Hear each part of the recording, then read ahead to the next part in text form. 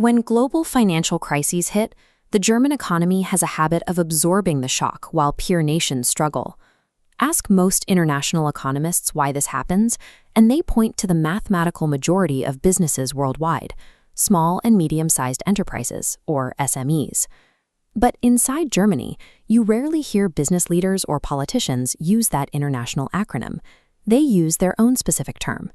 For decades, foreign observers wrote this off as a quirk of language, assuming the German word was a direct one-to-one translation of SME. But treating these two terms as identical misses the nuance of the German model and the specific structural traits that make it work. The term they use is the Mittelstand. To see how different this is from a standard SME, consider a globally operating German conglomerate with thousands of employees and billions in annual revenue. In Germany, that giant is often officially classified as a Mittelstand company. Now, look at a highly profitable 15-person tech startup right down the street. If that startup is fully owned by a detached hedge fund, it is not considered Mittelstand.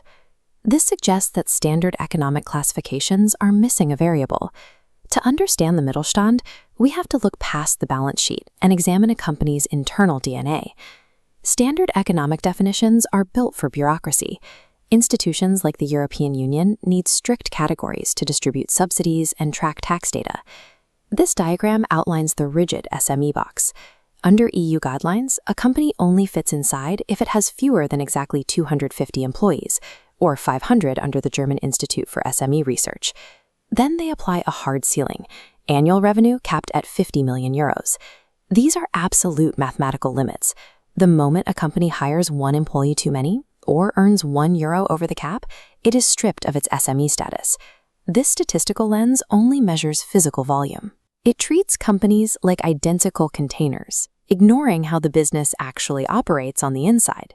The Mittelstand classification takes a different approach. It evaluates the qualitative, structural makeup of an organization. The first mandatory pillar is the unity of ownership and management. The people who own the company must also be the primary decision makers. The second pillar is independence. Control by a larger conglomerate or a fractured base of anonymous shareholders immediately disqualifies a business. This diagram shows the overlap. Most standard SMEs fit these criteria. Small, locally owned businesses usually have independent owners running daily operations. But with no size limit, the Mittelstand category stretches to include massive, multi-billion-dollar family enterprises, far exceeding standard SME data caps. Being a Mittelstand company is an evaluation of a company's structure. While most SMEs are part of the Mittelstand, the concept itself covers far more than just small businesses. When a company is structured so that the owner's personal wealth and liability are tied directly to the business, their priorities shift. A hired CEO tasked with appeasing anonymous shareholders is often incentivized to maximize quarterly profits. A Mittelstand owner plans for multi-generational survival. During a crisis, this structure yields specific economic benefits. These owners show an extreme reluctance to lay off workers, choosing to build consensus with their staff over forcing immediate financial gains. This philosophy has deep historical roots.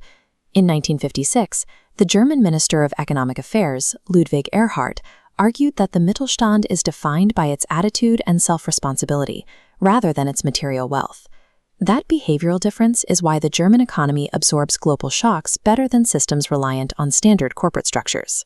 It is easy to picture the Mittelstand exclusively as century-old, family-run manufacturing factories.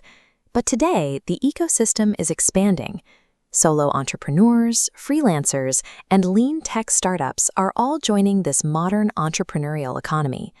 As long as these new entities maintain the unity of ownership, leadership, and independence, they inherit the exact same structural resilience as the legacy giants.